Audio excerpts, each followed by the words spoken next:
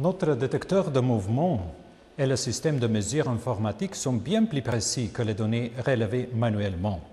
Ils sont également plus performants puisqu'ils tracent quasiment en temps réel les deux graphiques x de t et v de t. On change maintenant les deux graphiques au lieu d'un seul. Et on peut changer aussi l'échelle, c'est trop quelque chose comme ça. Et maintenant je marche.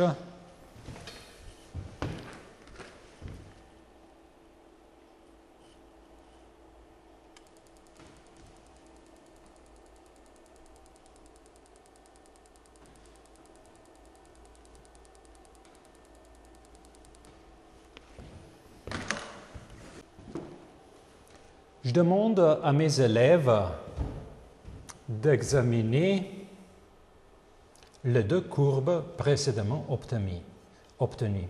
Rapidement, ils déterminent que la pente de la courbe x de t correspond à la vitesse instantanée du mobile à cet instant t.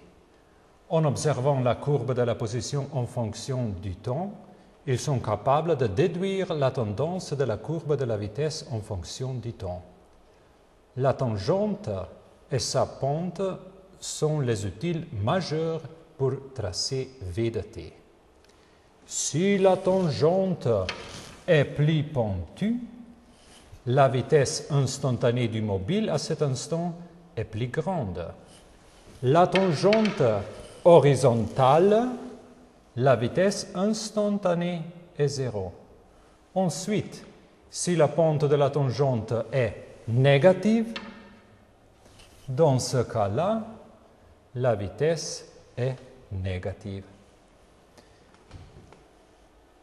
Le système nous permet de cacher le graphique de v de t, car notre but est de l'esquisser.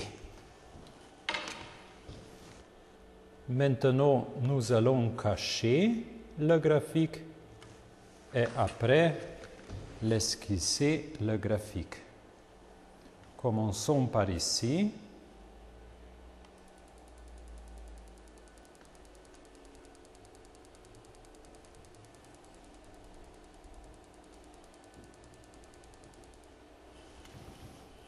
Maintenant, nous allons esquisser le graphique.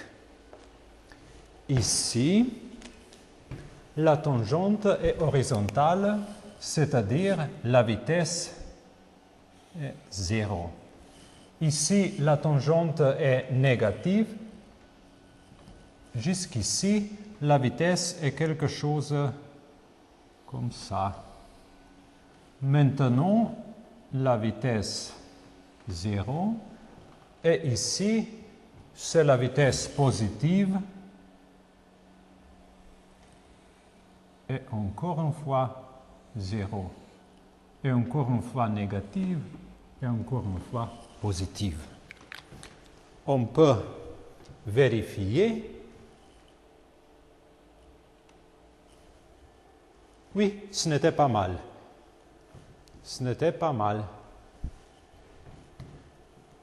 J'ai bien esquissé le graphique v de t en regardant le graphique x de t.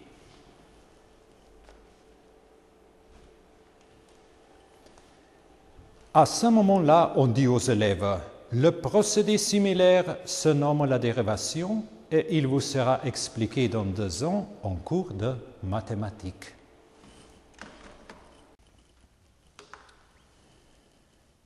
Maintenant, nous allons tracer la tangente à la courbe au point t4 secondes. On prend les 2 points de cette ligne. Les coordonnées nous permettent de calculer la pente de la tangente. La pente de la courbe x de t correspond à la pente de sa tangente en ce point t. La pente de la tangente à l'instant t 4 secondes est égale à la vitesse instantanée du mobile à cet instant t. Le graphique v de t confirme ce résultat. J'explique que la méthode inverse est également possible, c'est-à-dire déduire à partir du graphique de la vitesse en fonction du temps le déplacement du mobile pendant un intervalle de temps déterminé delta t. On observe maintenant la courbe v de t. On détermine un intervalle de temps delta t, t2 moins t1. Le tracé de v de t dans cet intervalle n'est pas linéaire. On calcule donc la valeur moyenne de la vitesse pendant delta t et on trace sur le graphique la droite horizontale correspondante. La surface délimitée par t1, t2, l'axe des abscisses et la droite obtenue précédemment correspond approximativement à la surface délimitée par t1, t2, l'axe des abscisses et la courbe v de t. Cette surface rectangulaire peut être alors calculée facilement et correspond au déplacement du mobile xt durant l'intervalle de temps delta t. Je demande aux élèves de vérifier ce résultat en calculant delta x, x2 moins x1 pendant delta t sur le graphique de x de t.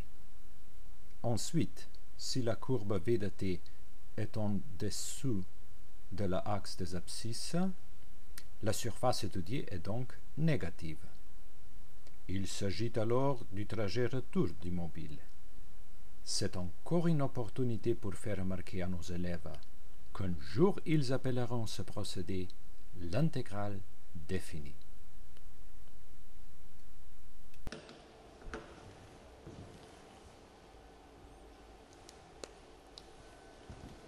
On peut également définir l'accélération. On calcule delta v sur delta t. Et on ajoute au tableau les deux colonnes delta v et a de t. Les deux pages sont donc complétées par le graphique a de t. La même correspondance lie x de t avec v de t et v de t avec a de t. L'utilisation du même appareillage nous permet maintenant d'étudier la chute libre d'un objet. Ça peut être une balle, par exemple.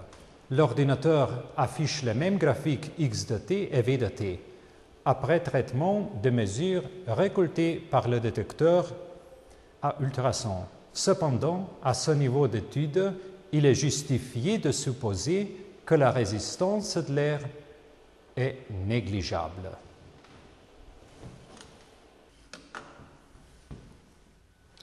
C'est le sol et c'est la balle. La position 0, la surface de la balle. La direction x est en haut. Il faut changer maintenant la fréquence et le système va mesurer la position 50 fois par seconde.